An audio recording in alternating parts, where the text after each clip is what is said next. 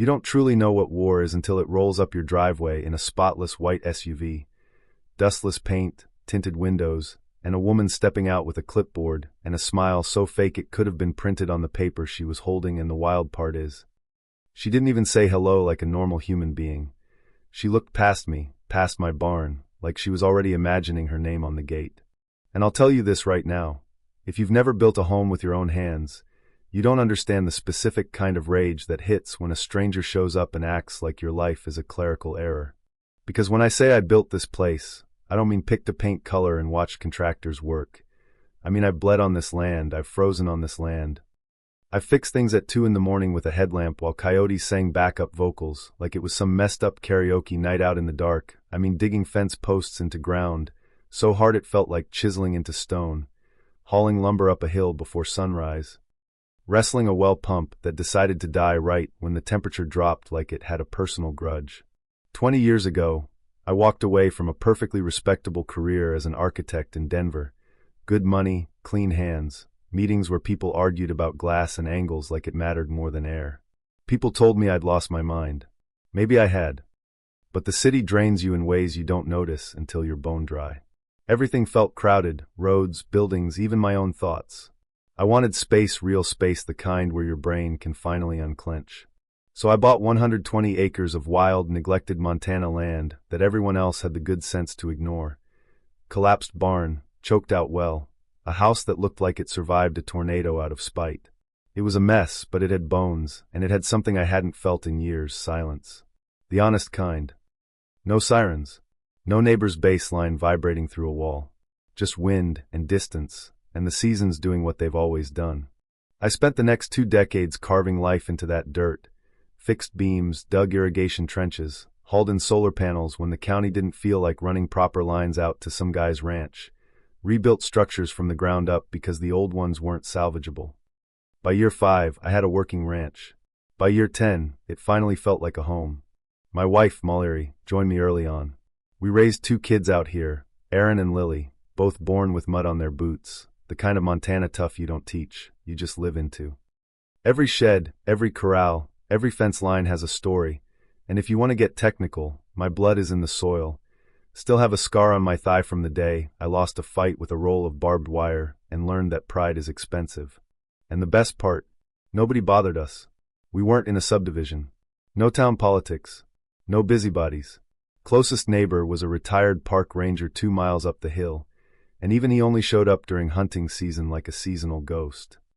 Out here, it was just us, the land, and the weather. And then last Thursday morning, that white SUV came crawling up the gravel road like it had a purpose. I was oiling hinges on the south barn when I saw the dust cloud rising. I figured maybe a lost delivery driver, maybe someone with the wrong address, maybe even the county, but the car stopped right at my gate, and a woman stepped out like she was inspecting property she already owned. Neat blazer, clipboard, hair pinned back, so tight it looked like it could double as a helmet, and a smile not warm, not friendly, just strategic, like she'd practiced it in a mirror until it looked approachable enough to get what she wanted. I wiped my hands on a rag, walked up to the fence, and gave her the polite nod you give strangers out here because we're not animals. "Can I help you?" Her smile tightened, like I'd said something adorable. "I'm Karen," she said, like her name was supposed to land with authority. "President of the Echo Ridge HOA. I blinked once, slow, because my brain had to double-check reality. "Echo Ridge?" I said. "Never heard of it." She extended a business card through the bars of my gate like it was a warrant. I didn't take it. That seemed to irritate her, but she kept going. "We need to talk about this property." And then, like I was standing there in some kind of customer service uniform, she reached over, unlatched my gate without asking, and walked in. Now, I'm not a violent man. I'm not. But there's a primal wiring in your body that wakes up when someone opens your gate like they own the hinge. I didn't move yet. I just watched her stride toward me with the confidence of somebody who thinks rules are something other people follow.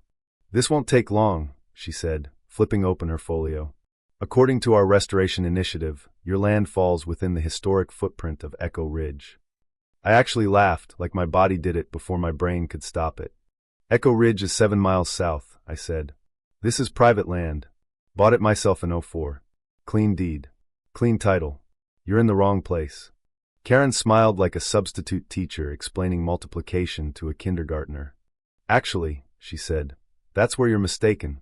My great-great-grandmother, Edith Drake, was the original owner of a large ranch established around 1920. We've been conducting historical research property verification for legacy claims. She pulled out a laminated sepia photograph of a crooked old house, held it up like she was presenting evidence in court. This was her home, she said. We believe that house is the original structure on your property, renovated without authorization. I stared at the photo, then at her. Karen, I said, that house in the picture was torn down before I ever stepped foot on this land. What's standing here now? I rebuilt it. From scratch. She didn't flinch. Just tapped the photo with her manicured finger like the gesture alone could move ownership. But the land, she said. The land is part of our family's legacy. You're occupying it under a faulty transaction. Our HOA has passed a measure to begin formal reclamation procedures. Reclamation, I repeated, because sometimes you have to repeat insanity out loud to hear how insane it is. This isn't a national park, I said. It's my ranch. She slid a few printed documents out, grainy photocopies of old maps, census entries, some cursive bill of sale that looked like somebody spilled tea on it and called it history. There's precedent, she said proudly. The HOA is advocating for historical restitution. If we work together, we can transition the land peacefully, maybe even let you stay as a tenant until it's formally transferred. That's when I laughed for real. Not polite, not nervous. The kind of laugh you do when you're standing in a burning building and someone asks if you want sparkling water. You're asking me to give up my home, I said, because of a story about your grandmother and some paper that looks like it came out of a haunted scrapbook. Karen's mouth flattened. I'm offering you a chance to avoid legal conflict, she said. Otherwise, the HOA will file notice of ownership dispute and initiate corrective action through county channels. I stepped closer. Let me make this crystal clear, I said, and my voice dropped into that calm that isn't calm at all. I bought this land legally. I pay taxes. I maintain it. Your HOA, whatever it is, has no jurisdiction here. None. Her eyes got cold. The county has already acknowledged our documentation, she said. I'll be back with official notice. But I wanted to speak to you first out of respect. Respect, I said, shaking my head. Respect is knocking before you walk onto someone's property. Respect is doing your homework before you accuse a man of living in your grandmother's ghost story. She snapped her folio shut and walked back to her SUV without another word, gravel popping under her heels. When she drove off, the gate I'd fixed last spring swung gently in her wake like it was stunned she'd touched it. I stood there for a long moment, heart pounding, not from fear, but from the pure absurdity of it. Because she wasn't joking. She genuinely believed she could take my ranch with a smile and a clipboard. 2 days later, I found a document duct taped to my front gate like a death threat from a corporate intern. Big bold heading. Notice of possessor violation, Echo Ridge Homeowners Association. It had a waxy, fake-looking seal, a barely legible signature from someone calling themselves Historical Restitution Officer, and language so dense it read like someone swallowed a thesaurus and coughed it up on letterhead.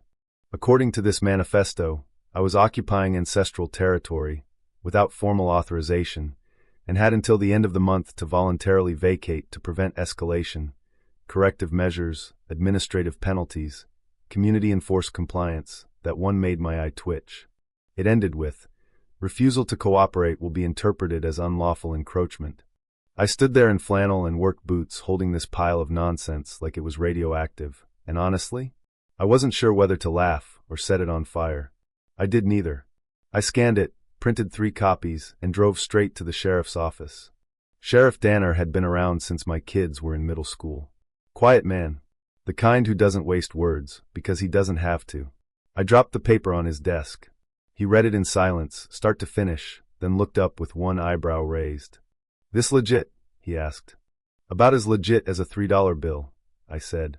Echo Ridge is 7 miles south. Their HOA line doesn't come near my fence. He tapped the document. Karen Drake, he muttered. She was just here last week. Left a similar notice about a barn outside city limits. County had to shut it down. So this is her hobby now? I said, claiming anything her great-grandmother ever glanced at? Danner grunted, which in his language means, yeah, pretty much. She's playing a dangerous game, he said. But so far it's paper and posturing. Unless she steps foot on your land again, not much we can do. I drove home fuming. Because paper and posturing doesn't feel harmless when it starts chewing on your life. That week at the feed store, old man Harker didn't even offer me his usual handshake. Just stared at me like I'd grown horns. Heard you might be squatting on someone else's legacy, he said. Legacy, I muttered. Jesus. And then it started spreading like mold. Lily's college advisor called.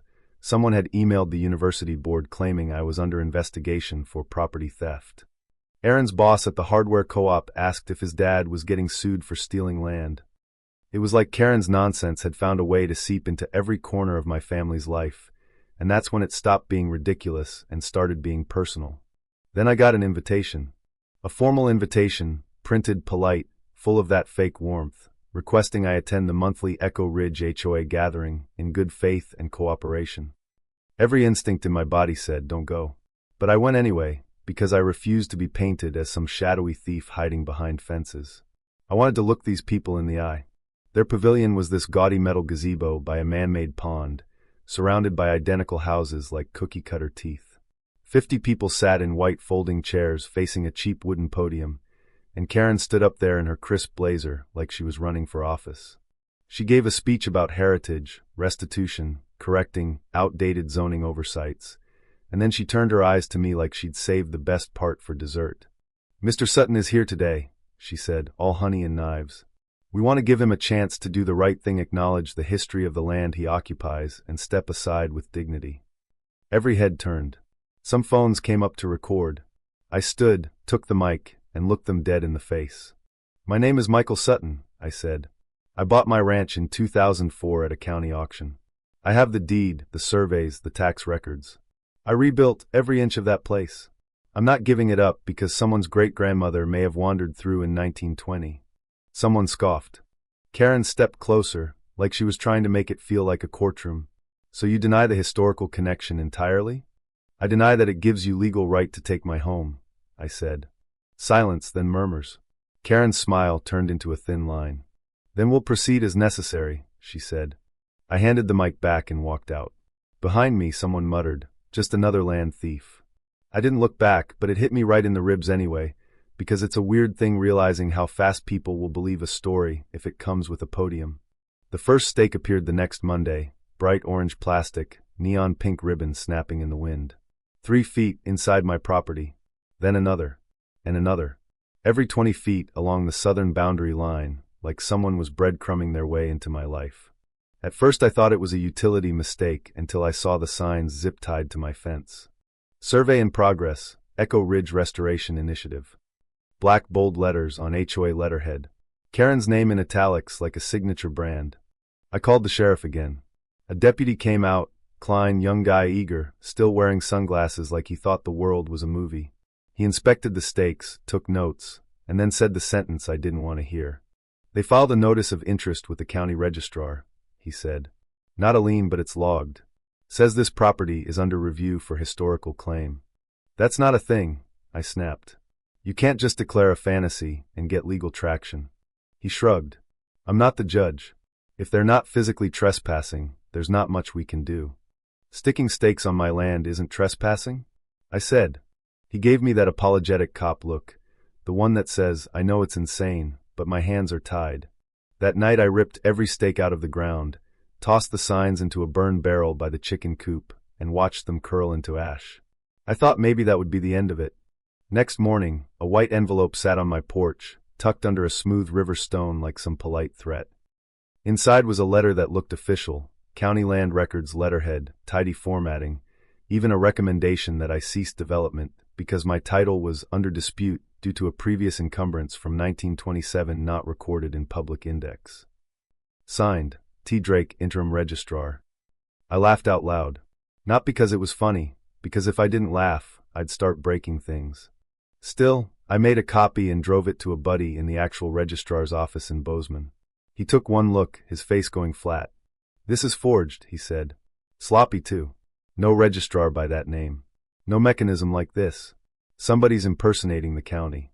That should have been the worst of it, but it wasn't. That night at 1:38 a.m., my security cam pinged. I grabbed my phone, pulled up the feed, and watched live as 4 figures in HOA vests marched up my gravel drive like they were on a mission. They carried a metal pole, a flag, and a sign that read, Echo Ridge Reserve, Historic Easement, Do Not Enter. They hammered the pole into the dirt 20 yards from my barn, raised that HOA flag like they were planting it on the moon, then vanished back into the dark. I didn't call the cops. Not yet. I saved the footage, downloaded it to a thumb drive, and ordered more floodlights before sunrise. Because at that point, I stopped pretending this was HOA drama. This was a campaign. So I locked it down, motion floodlights along the fence line, 2 more cameras, one over the barn, one hidden near the chicken coop just because I wanted them to feel watched no matter where they stood. I rewired the perimeter alarm to ping my phone. I slapped up, "No trespassing, private property," signs big enough a raccoon could read them from a sprint.